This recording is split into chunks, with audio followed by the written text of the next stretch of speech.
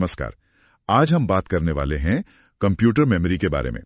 हमारे पास कुछ जानकारी है इस पर और आज हम समझेंगे प्राइमरी और सेकेंडरी मेमोरी के बीच का जो मेन फर्क है। तो चलिए शुरू करते हैं। जी बिल्कुल। देखिए, आसान शब्दों में मेमोरी कंप्यूटर का वो हिस्सा है जहां वो डेटा और इंस्ट्रक्शंस रखता है जिनकी उसे जरूरत होती है काम करने के लिए, जैसे कोई प्रोग्राम चलाना हो या कोई फाइल दिखानी हो। और ये मोटे तौर पर दो तरह की होती है, प्राइमरी और सेकेंडरी।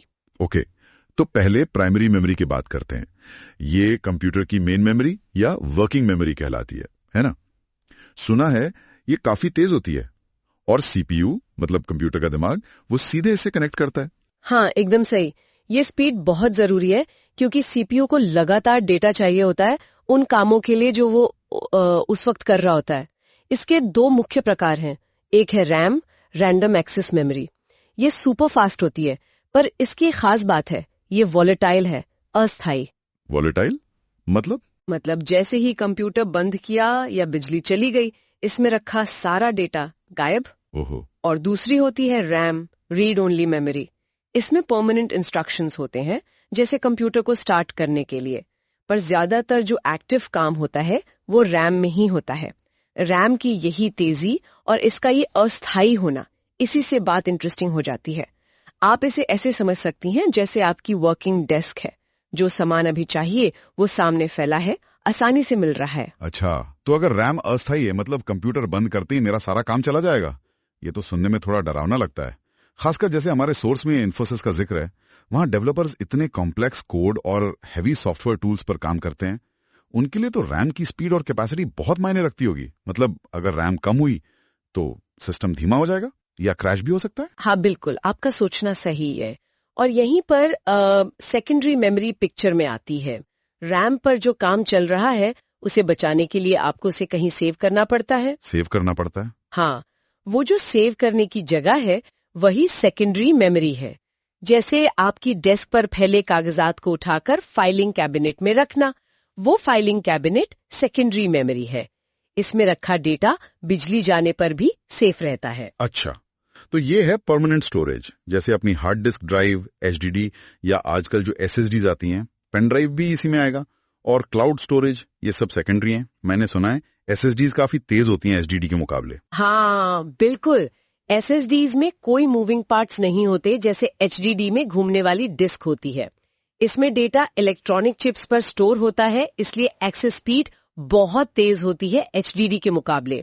सेकेंडरी मेमोरी का साइज प्राइमरी मेमोरी यानी रैम से कहीं ज्यादा बड़ा होता है। आप टेराबाइट्स में डेटा रख सकते हैं, लेकिन हाँ, एक्सेस स्पीड रैम जितनी तेज नहीं होती।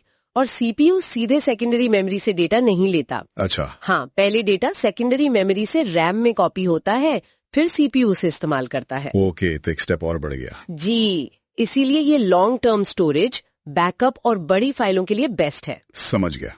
जैसे हमारे सोर्स में टाटा कंसल्टेंसी सर्विसेज टीसीएस का उदाहरण है। उनके पास इतने सारे क्लाइंट्स का डेटाबेस होता है, एम्प्लॉय रिकॉर्ड्स, बड़े बड़े प्रोजेक्ट्स की फाइल्स।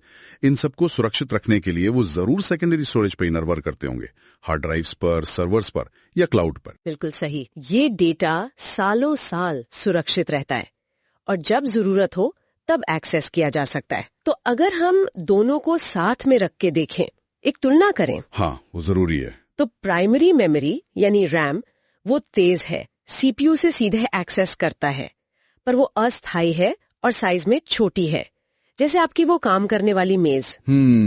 और सेकेंडरी मेमोरी जैसे एचडीडी या एसएसडी वो थोड़ी धीमी है, सीपीयू सीधे एक्सेस नहीं करता, पर वो स्थायी है, मतलब परमानेंट, और साइज में बहुत बड़ी, जैसे वो बड़ा सा फाइलिंग कैबिनेट। तो तेज और अस्थाई बनाम धीमी और स्थाई, यही मेन फर्क हुआ। हाँ बिल्कुल, स्पीड वर्सेस परमानेंस और साइज। तो मतलब साफ है कि कंप्यूटर को ठीक से काम करने के लिए दोनों ही चाहिए। अकेले रैम से काम नहीं चलेगा और सिर्फ सेकेंडरी मेमोरी से भी नहीं। एक स्पीड देता है अभी के काम के लिए और दूसरा डेटा को संभाल कर रखता है भविष्य के लिए। जैसे इन्फोसिस को तेज रैम चाहिए अपने डेवलपर्स के लिए और टीसीएस को बड़ा भरोसेमंद सेकेंडरी स्टोरेज चाहिए अपने विशाल डेटा के लिए। एकदम सही, दोनों मिलकर ही सिस्टम को पूरा बनाते हैं।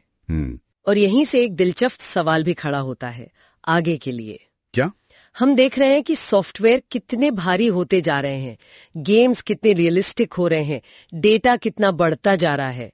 तो भविष्य में ये जो संतुलन है प्राइमरी और सेकेंडरी मेमोरी के बीच, ये कैसे बदलेगा?